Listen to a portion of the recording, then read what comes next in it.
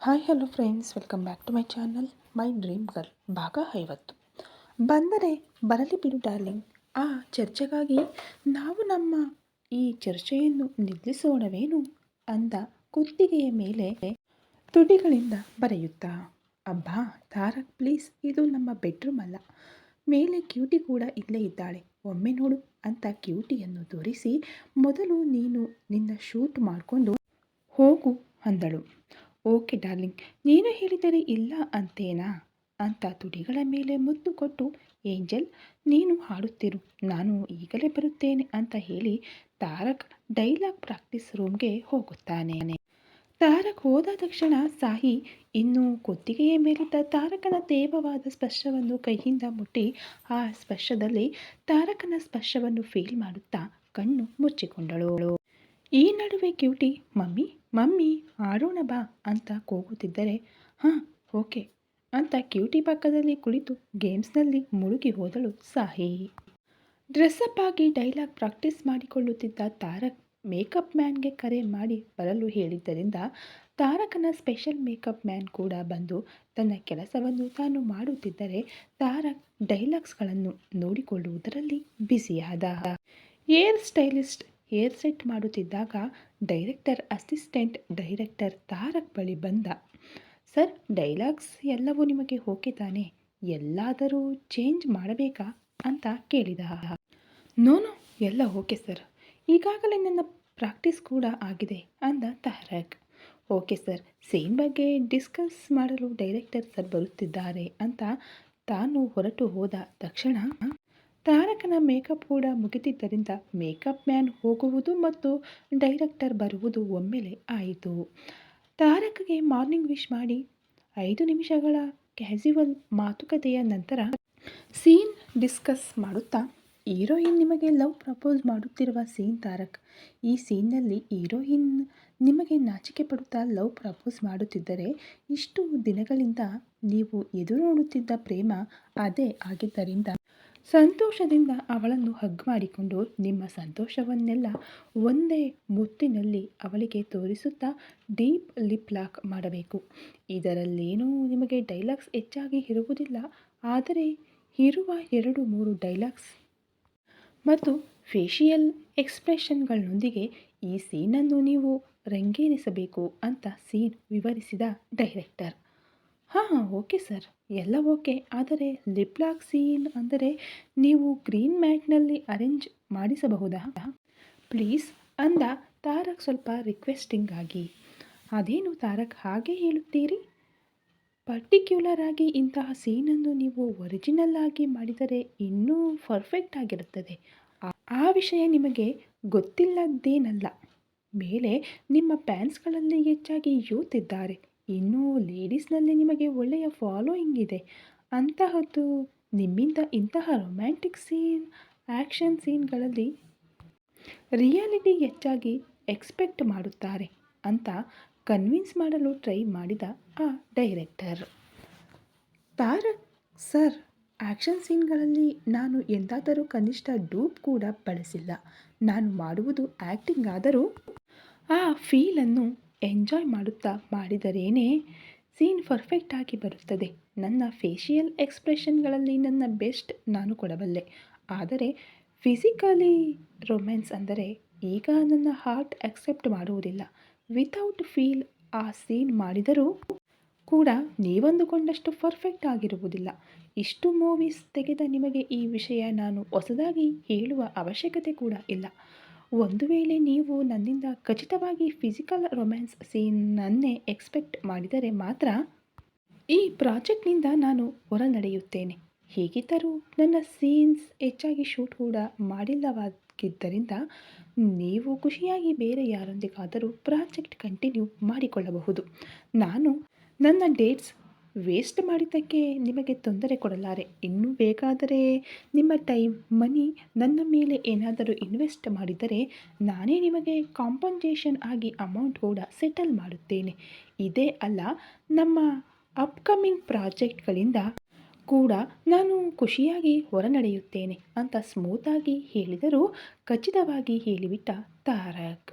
ನಿಜ ಹೇಳಬೇಕೆಂದರೆ ತಾರಕ್ ಹೇಳಿದ್ದು ಆ ಡೈರೆಕ್ಟರ್ಗೆ ಸ್ವಲ್ಪವೂ ನುಂಗಲು ಆಗಲಿಲ್ಲ.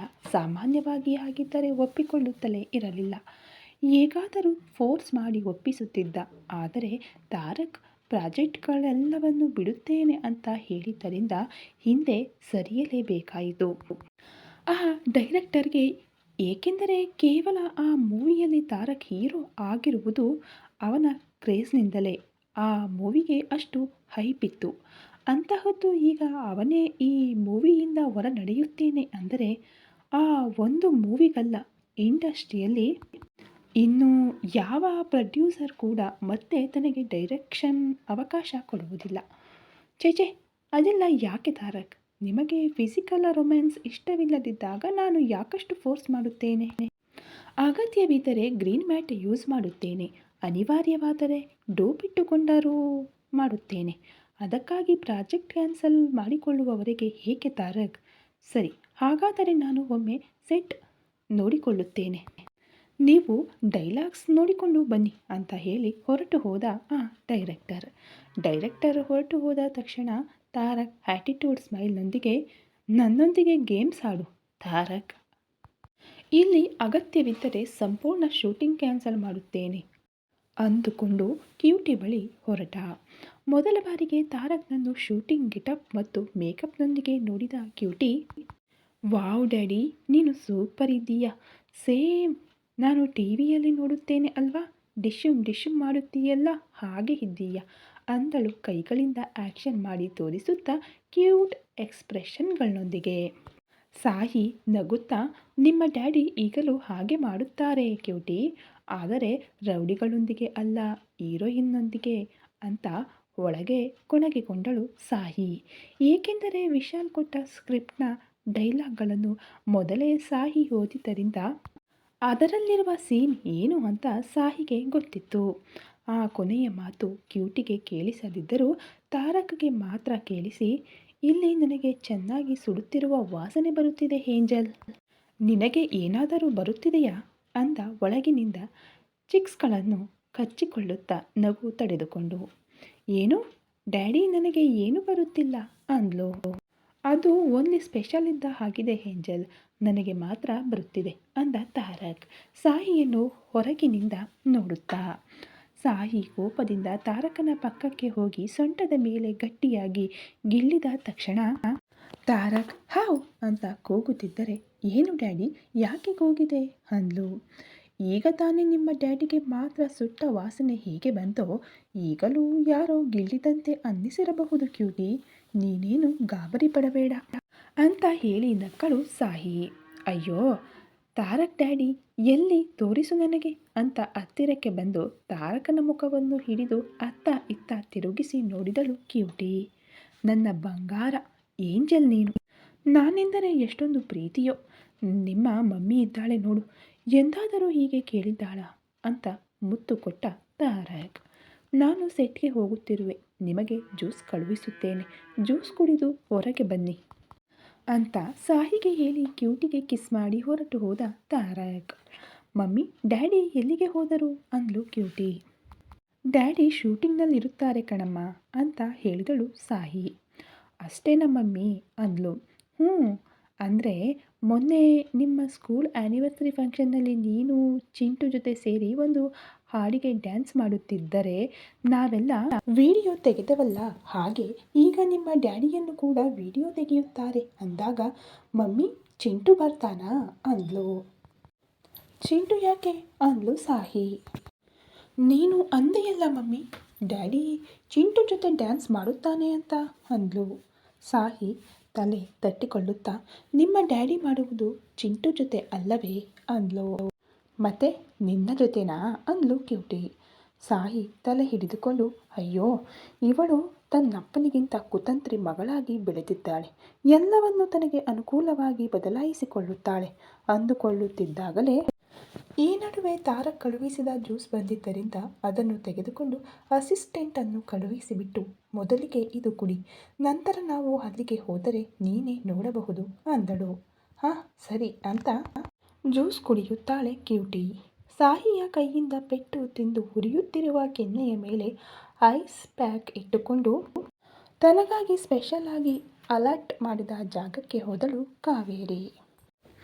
ಈ ನಡುವೆ ಅವಳ ಅಸಿಸ್ಟೆಂಟ್ ಬಂದು, ಮೇಡಮ್ ನಿಮಗೆ ಡೈರೆಕ್ಟರ್ ಸರ್ ಈ ಪೇಪರ್ಸ್ ಕೊಡಲು ಹೇಳಿದರು ಅಂತ ತನ್ನ ಡೈಲಾಗ್ ಪೇಪರ್ಸ್ಗಳನ್ನು ಕೈಯಲ್ಲಿಟ್ಟಳು. ಆ ಡೈಲಾಗ್ಸ್ ಸೀನ್ ನೋಡಿದ ಕಾವೇರಿ ಅದರಲ್ಲಿ ಲಿಪ್ ಲಾಕ್ ಇರುವುದನ್ನು ನೋಡಿ ಅವಳ ಮುಖದಲ್ಲಿ ಭಯಂಕರವಾದ ಕುತಂತ್ರಿ ನಗುವೊಂದು ಬಂದು, ಈಗ ಏನು ಮಾಡುತ್ತೀಯ ನೀನು? ಇಷ್ಟು ದಿನ ನನ್ನ ಟಚ್ ಕಿಸ್ ಎಲ್ಲವೂ ಮಿಸ್ ಆಗಿ ನಿನಗೆ ಹತ್ತಿರವಾಗಿರುತ್ತಾನೆ.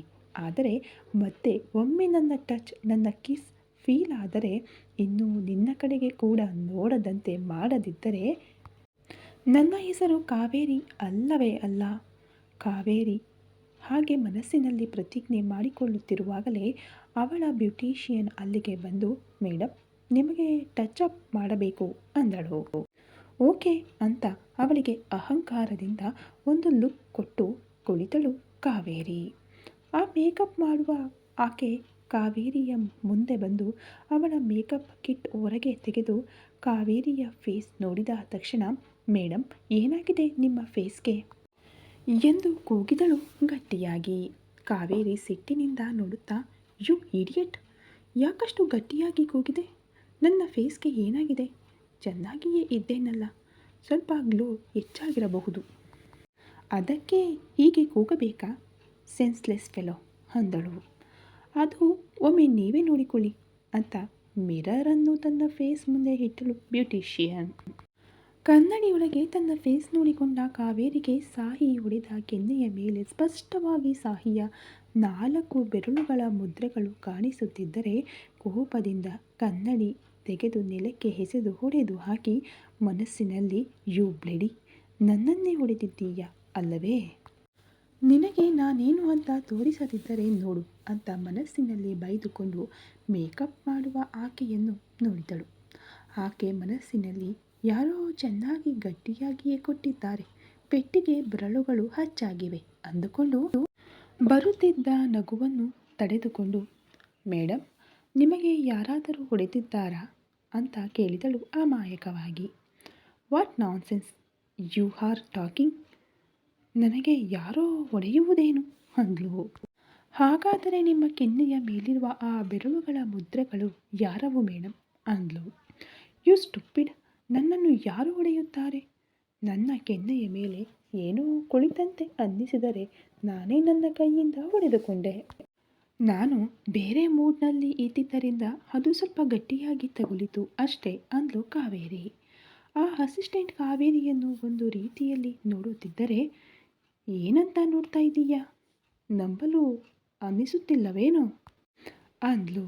ಮೇಡಮ್ ಏನಾದರೂ ಸುಳ್ಳು ಹೇಳಿದಾಗ ಕನಿಷ್ಠ ಆ ಸುಳ್ಳು ಎದುರಿನವರು ನಂಬುವಂತೆ, ಗೋಡೆಗೆ ಲೇಪಿಸಿದ ಸುಣ್ಣದಂತೆ ಅಂಟಿಕೊಳ್ಳುವಂತೆ ಇರಬೇಕು. ಅಂದರೆ ಈಗ ನಾನು ಹೇಳಿದ್ದು ಅಂಟಿಕೊಳ್ಳುವಂತೆ ಇಲ್ಲವೇನೋ ಅಂತ ಹುಚ್ಚು ಹೂವಿನಂತೆ ಕೇಳಿದಳು ಕಾವೇರಿ. ಅಯ್ಯೋ ಇಲ್ಲ ಮೇಡಮ್, ನೀವು ತುಂಬ ಕಡಿಮೆ ಕ್ವಾಲಿಟಿ ಸುಣ್ಣ ಬಳಸಿದ್ದೀರಿ.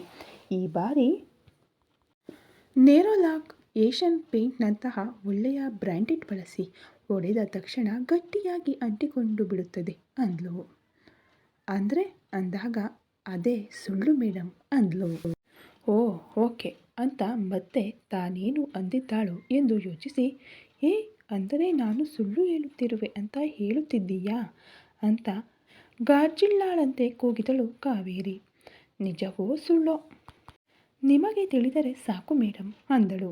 ನೀನು ನಂಬಿದರೂ ನಂಬದಿದ್ದರೂ ನನಗೇನು ನಷ್ಟವಿಲ್ಲ. ಮೇಲೆ ನಿನ್ನನ್ನು ನಂಬಿಸಬೇಕಾದ ಅಗತ್ಯ ಅದಕ್ಕಿಂತಲೂ ಇಲ್ಲ. ಸುಮ್ಮನೆ ಬಾಯಿ ಮುಚ್ಚಿಕೊಂಡು ಆ ಬೆರಳಿನ ಗುರುತುಗಳು ಕಾಣದಂತೆ ಮೇಕಪ್ ಹಾಕು ಅಂತ ಆರ್ಡರ್ ಮಾಡಿದಳು ಕಾವೇರಿ. ಓಕೆ ಮೇಡಮ್ ಅಂತ ಒಂದು ಡಬ್ಬ ಫೌಂಡೇಶನ್ ಕ್ರೀಮ್, ಅರ್ಧ kg ಪೌಡರ್ ಉಜ್ಜಿ ಆ ಗುಂಡಿಗಳ ಮುಖದ ಮೇಲೆ ಪ್ಯಾಚುಗಳು, ಇನ್ನೂ ಸಾಹಿ ಹೊಡೆದ ಕೆನ್ನೆಯ ಪೆಟ್ಟಿನ ಗುರುತುಗಳು ಹೋಗಲಾಡಿಸಲು ಆ ಬ್ಯೂಟಿಷಿಯನ್ಗೆ ತಲೆ ಪ್ರಾಣ ಕಾಲಿಗೆ ಬಂದಂತೆ ಆಯಿತು. ಅರ್ಧ ಗಂಟೆ ಉಜ್ಜಿ ಆ ಗತಕಗಳ ಫೇಸ್ಗೆ ಅಂಟು ಹಾಕಿ ಹೊಸದಾಗಿ ಹಾಕಿದ ಡಾಂಬರು ರೋಡ್ನಂತೆ ನಳನಳಿಸುವಂತೆ ಮಾಡಿದಳು ಆ ಬ್ಯೂಟಿಷಿಯನ್. ಮೇಕಪ್ ಎಲ್ಲ ಆದ ನಂತರ ಹೊಡೆದ ಕನ್ನಡಿ ಅಲ್ಲದೆ ಒಳ್ಳೆಯ ಕನ್ನಡಿಯೊಂದನ್ನು ಕಾವೇರಿ ಮುಂದೆ ಇಟ್ಟ ತಕ್ಷಣ ಕಾವೇರಿ, ವಾವ್, ಸೂಪರ್, ತುಂಬ ಚೆನ್ನಾಗಿ ಮೇಕಪ್ ಮಾಡಿದ್ದೀಯಾ ಅಂತ ಮೆಚ್ಚಿಕೊಂಡು ರಿವಾರ್ಡ್ ಆಗಿ ಸ್ವಲ್ಪ ಮನಿ ಕೂಡ ಕೊಟ್ಟು ಅವಳನ್ನು ಕಳುಹಿಸಿದ ನಂತರ, ಸಾಹಿ, ಈಗ ನೋಡೆ ತಾರಕ್ನನ್ನು ನನ್ನ ಹಿಂದೆ ನಾಯಿ ಮರಿಯಂತೆ ತಿರುಗಿಸಿಕೊಳ್ಳುತ್ತೇನೆ. ಅದನ್ನು ನೋಡಿ ನೀನು ಮತ್ತು ನಿನ್ನ ಮಗಳು ಕೇರ್ ಆಫ್ ಪ್ಲಾಟ್ಫಾರ್ಮ್ ಆಗದಿದ್ದರೆ ನೋಡು ಅಂತ ನಕ್ಕು ಬಿಟ್ಟು ಇನ್ನೊಮ್ಮೆ ಡೈಲಾಗ್ಸ್ ಎಲ್ಲವೂ ನೋಡಿಕೊಂಡು, ಈ ನಡುವೆ ಡೈರೆಕ್ಟರ್ ಕರೆಯುತ್ತಿದ್ದಾರೆ ಅಂತ ಅಸಿಸ್ಟೆಂಟ್ ಬಂದು ಹೇಳಿದ್ದರಿಂದ ಟಿಕ್ ಟಿಕ್ ಅಂತ ಹೀಲ್ ಸೌಂಡ್ ಮಾಡುತ್ತಾ ಸೆಟ್ಸ್ ಒಳಗೆ ಹೊರಟಳು ಕಾವೇರಿ. ತಾನು ಬರುವಷ್ಟರಲ್ಲಿ ಇನ್ನೂ ತಾರಕ್ ಬಾರದಿದ್ದರಿಂದ ಅಸಹನೆಯಿಂದ ತಾರಕ್ ಕ್ಯಾರವನ್ ಕಡೆಗೆ ನೋಡುತ್ತಾ ಕುಳಿತಳು ಕಾವೇರಿ. ಹಾಗೆ 5 ನಿಮಿಷಗಳು ಕಳೆದ ತಕ್ಷಣ ಬ್ಲ್ಯಾಕ್ ಕಲರ್ ಶರ್ಟ್, ಎಲ್ಬೋವರೆಗೆ ಫೋಲ್ಡ್ ಮಾಡಿದ hands, cream colour pant, messy hair, cool goggles, ಕುತ್ತಿಗೆಯಲ್ಲಿ ಸಣ್ಣದಾದ ಪ್ಲಾಟಿನಂ ಚೈನ್ನೊಂದಿಗೆ ಸ್ಟೈಲ್ ಆಗಿ ಕ್ಯಾರವನ್ನಿಂದ ಇಳಿದ ತಾರಕ್. ಲುಕ್ಸ್ಗಳಲ್ಲಿ ಅಲ್ಲದೆ ವಾಕಿಂಗ್ ಸ್ಟೈಲ್ನಲ್ಲಿ ಕೂಡ ತನ್ನ ಮಾರ್ಕ್ ಆಫ್ ಸ್ಟೈಲ್ ಮೇಂಟೈನ್ ಮಾಡುತ್ತಾ ಕಿಲ್ಲಿಂಗ್ ಸ್ಮೈಲ್ನೊಂದಿಗೆ ಸೆಟ್ಸ್ ಒಳಗೆ ಎಂಟರ್ ಆದ ತಾರಕ್ನನ್ನು ನೋಡುತ್ತಾ, ಈಗಾಗಲೇ ಕಾವೇರಿ ಬೇಬಿಗೆ ವಾಟರ್ ಫಾಲ್ ಸ್ಟಾರ್ಟ್ ಆಗಿದೆ. ತಾರಕ್ ಬಂದು ಕುಳಿತ ತಕ್ಷಣ ಅವನ ಪಕ್ಕದಲ್ಲೇ ಹೋಗಿ ಕುಳಿತುಕೊಂಡು, hi handsome, you looking hot ಅಂದಳು ಕಣ್ಣುಗಳಿಂದಲೇ ತಿನ್ನುತ್ತಾ. ತಾರಕ್ ಇಕ್ಕಟ್ಟಾಗಿ ನಕ್ಕು, ಥ್ಯಾಂಕ್ ಯು ಕಾವೇರಿ ಅಂತ ಅಸಿಸ್ಟೆಂಟ್ ಡೈರೆಕ್ಟರ್ನೊಂದಿಗೆ ಮಾತನಾಡುತ್ತಾ, ಓಕೆ ಸರ್, ಸ್ಟಾರ್ಟ್ ಮಾಡೋಣವಾ ಅಂತ ಅವನು ಅಂದ ತಕ್ಷಣ ವಿಶಾಲ್ಗೆ ಕರೆದು ಮೇಡಮ್ ಅವರನ್ನು ಕರೆದುಕೊಂಡು ಬನ್ನಿ ಅಂತ ಹೇಳಿದ. ಅದು ಕೇಳಿದ ಕಾವೇರಿ ಸಿಟ್ಟಿನಿಂದ, ಈಗ ಅವರು ಯಾಕೆ ಅಂತ ಒಳಗೆ ಬೈದುಕೊಂಡು, ಮತ್ತೆ ಹೌದು ಬಿಡು, ಅದು ಕೂಡ ಒಂದು ರೀತಿ ಒಳ್ಳೆಯದೇ. ಅವಳ ಕಣ್ಣು ಮುಂದೆಯೇ ತಾರಕ್ ನನ್ನೊಂದಿಗೆ ರೊಮ್ಯಾನ್ಸ್ ಮಾಡುತ್ತಿದ್ದರೆ ನೋಡಿ ಅತ್ತು ಸಾಯುತ್ತಾಳೆ ಅಂದುಕೊಂಡು ನಕ್ಕಳು ಒಳಗೆ. ಸ್ವಲ್ಪ ಹೊತ್ತಿಗೆ ಶೂಟಿಂಗ್ ಸ್ಟಾರ್ಟ್ ಆಗಿದ್ದರಿಂದ ಈಗಾಗಲೇ ಅಲ್ಲಿಗೆ ಬಂದು ಕುಳಿತಿದ್ದ ಸಾಹಿ ಕ್ಯೂಟಿ ಅವರನ್ನು ನೋಡಿ ತಾರಕ್ ಹ್ಯಾಪಿ ಸ್ಮೈಲ್ ಕೊಟ್ಟರೆ, ಕಾವೇರಿ ಸಾಹಿ ಕಡೆಗೆ ನೋಡಿ, ಈಗ ನೋಡು ಅನ್ನೋ ಹಾಗೆ ಒಂದು ಆಟಿಟ್ಯೂಡ್ ಲುಕ್ ಬಿಟ್ಟು ತನ್ನ ಆ್ಯಕ್ಷನ್ ಸ್ಟಾರ್ಟ್ ಮಾಡಿದಳು. ಕಾರ್ತಿಕ್, ನಾನು ನಿನಗೆ ಒಂದು ವಿಷಯ ಹೇಳಬೇಕು ಅಂದ್ಲು. ಹಾಂ ಹೇಳು ದೀಪು ಅಂದ. ಅದು ಅಂತ ನಾಚಿಕೆ ಪಡುತ್ತಾ ತಲೆ ತಗ್ಗಿಸಿಕೊಂಡು ಕಾಲಿನ ಬೆರಳಿನಿಂದ ನೆಲದ ಮೇಲೆ ಬೊಕ್ಕೆ ತೋಡುತ್ತಾಳೆ ದೀಪಿಕಾ ಅಲಿಯಾಸ್ ಕಾವೇರಿ. ದೀಪು, ಹೇಳು ಅಂತ ಅವಳ ಗಲ್ಲವನ್ನು ಹಿಡಿದು ತಲೆಯನ್ನು ಮೇಲಕ್ಕೆ ಎತ್ತುತ್ತಾ ದೀಪು ಕಣ್ಣುಗಳಲ್ಲಿ ತುಂಟತನದಿಂದ ನೋಡುತ್ತಾ ಕೇಳಿದ ಕಾರ್ತಿಕ್ ಅಲಿಯಾಸ್ ತಾರಕ್. ಹಾಂ ಪ್ಲೀಸ್ ಕಾರ್ತಿಕ್, ನೀನು ಹಾಗೆ ನೋಡಬೇಡ ಅಂತ ಅವನ ಎದೆಯ ಮೇಲೆ ಹೊರಗಿದಳು ದೀಪು. ಕಾರ್ತಿಕ್ ದೀಪುವನ್ನು ಹಾಗೆಯೇ ಇನ್ನೂ ಗಟ್ಟಿಯಾಗಿ ತನ್ನನ್ನು ಅಪ್ಪಿಕೊಳ್ಳುತ್ತಾ, ಹೇಳು ಅಂತ ಅವಳ ಕಿವಿಯ ಬಳಿ ಹಸ್ಕಿಯಾಗಿ ಕೇಳಿದ. ಕಾರ್ತಿಕನ ಉಸಿರು ಅವಳ ಕಿವಿಯ ಬಳಿ ಚಕ್ಕಲಗಿಲಿ ಇಡುತ್ತಿದ್ದರೆ ಕಾವೇರಿ ಮನಸ್ಸಿನಲ್ಲಿ ಸಾಲ್ಸಾ ಡ್ಯಾನ್ಸ್ ಹಾಕಿಕೊಳ್ಳುತ್ತಾ ಅವನನ್ನು ಬಿಟ್ಟು ನೀಲ್ ಡೌನ್ ಮಾಡಿ ಪ್ರಪೋಸ್ ಮಾಡಬೇಕಾದ ಸೀನ್ ಬದಲಿಗೆ ತಾರಕ್ ಅಷ್ಟು ಹತ್ತಿರದಲ್ಲಿ ಇದ್ದಿದ್ದರಿಂದ ಪಾಪ ಮಾಡಬೇಕಾದ ಸೀನ್ ಮರೆತು ಗಟ್ಟಿಯಾಗಿ ಅಪ್ಪಿಕೊಂಡಳು ತಾರಕ್ನನ್ನು. ಡೈರೆಕ್ಟರ್ ಕಟ್ ಅಂತ ಹೇಳುತ್ತಿದ್ದರೂ ಕೇಳಿಸದಂತೆ ಇನ್ನೂ ಗಟ್ಟಿಯಾಗಿ ತಾರಕ್ನನ್ನು ಹಿಡಿದುಕೊಂಡು ಅವನ ಬೆನ್ನಿನುದ್ದಕ್ಕೂ ತಡವುತ್ತಾಳೆ ತವಕದಿಂದ. ಇಲ್ಲಿ ಅವರನ್ನು ನೋಡುತ್ತಿರುವ ಸಾಹಿ ಕೋಪದಿಂದ ತಾನು ಕುಳಿತಿದ್ದ ಚೇರ್ ಹ್ಯಾಂಡಲನ್ನು ನುಜ್ಜುಗುಜ್ಜು ಮಾಡುತ್ತಿದ್ದರೆ, ಮಮ್ಮಿ ಅಂತ ಕ್ಯೂಟಿ ಕೂಗುತ್ತಿದ್ದರು. ಸಾಹಿ ಸ್ವಲ್ಪವೂ ಕೇಳುವ ಪೊಸಿಷನ್ನಲ್ಲಿ ಇಲ್ಲ. ಕೋಪದಿಂದ ಬುಸುಗುಡುತ್ತಿದ್ದಾಳೆ. ಮಮ್ಮಿ ಅಂತ ಗಟ್ಟಿಯಾಗಿ ಕೆನ್ನೆಯ ಮೇಲೆ ತನ್ನ ಪುಟ್ಟ ಕೈಯಿಂದ ಲಾಕೆಟ್ಟಂತೆ ಹೊಡೆದಳು ಕ್ಯೂಟಿ. ಅಬ್ಬಾ ಅಂತ ಯಾಕೆ ಹೊಡೆದೆ ಅಂತ ತಾರಕನ ಮೇಲಿನ ಕೋಪವನ್ನು ಕ್ಯೂಟಿಯ ಮೇಲೆ ತೋರಿಸುತ್ತಾ ಗುರ್ ಎಂದು ಬೈದಳು ಸಾಹಿತ್ಯ. ಕ್ಯೂಟಿ ಅಳುವ ಮುಖದಿಂದ ಮಮ್ಮಿ, ಡ್ಯಾಡಿ ಯಾಕೆ ಆ ಬ್ಯಾಡ್ ಆಂಟಿಯನ್ನು ಹಿಡಿಯುತ್ತಿದ್ದಾನೆ? ಐ ಡೋಂಟ್ ಲೈಕ್ ಡ್ಯಾಡಿ ಅಂದಳು ಕೋಪದಿಂದ ತಾರಕ್ನ ಕಡೆಗೆ ನೋಡುತ್ತಾ. ಕ್ಯೂಟಿಯ ಮುಖ ನೋಡಿ ಸಾಹಿ ಕೋಪವನ್ನು ಕಂಟ್ರೋಲ್ ಮಾಡಿಕೊಂಡು, ಅದು ಹಾಗಲ್ಲ ಕ್ಯೂಟಿ, ಅದು ಎಲ್ಲ ಶೂಟಿಂಗ್ ಅನ್ನುತ್ತಾ ಮೊನ್ನೆ ನೀನು ಆ್ಯನಿವರ್ಸರಿ ಫಂಕ್ಷನ್ನಲ್ಲಿ ಡ್ಯಾನ್ಸ್ ಮಾಡುತ್ತಾ ಕೊನೆಯಲ್ಲಿ ಚಿಂಟುವನ್ನು ಹೊಡೆದೆ ಅಲ್ವಾ? ಹಾಗಾದರೆ ನಿನಗೆ ಚಿಂಟು ಅಂದರೆ ನಿಜವಾಗಿಯೂ ಕೋಪ ಇತ್ತಾ ಅಂದ್ಲು ಸಾಹಿ. ಕ್ಯೂಟಿ ಕೆನ್ನೆಯ ಮೇಲೆ ತೋರು ಬೆರಳು ಹಿಡಿದು ಯೋಚಿಸುತ್ತಾ, ನೋ, ಆಗ ಡ್ಯಾನ್ಸ್ನಲ್ಲಿ ಅವನು ನನ್ನ ಕೈ ಹಿಡಿಯುತ್ತಾನೆ ಅಂತ ಮಿಸ್ ಹೇಳಿದ ತಕ್ಷಣ ಹೊಡೆದೆ ಅಂದಳು.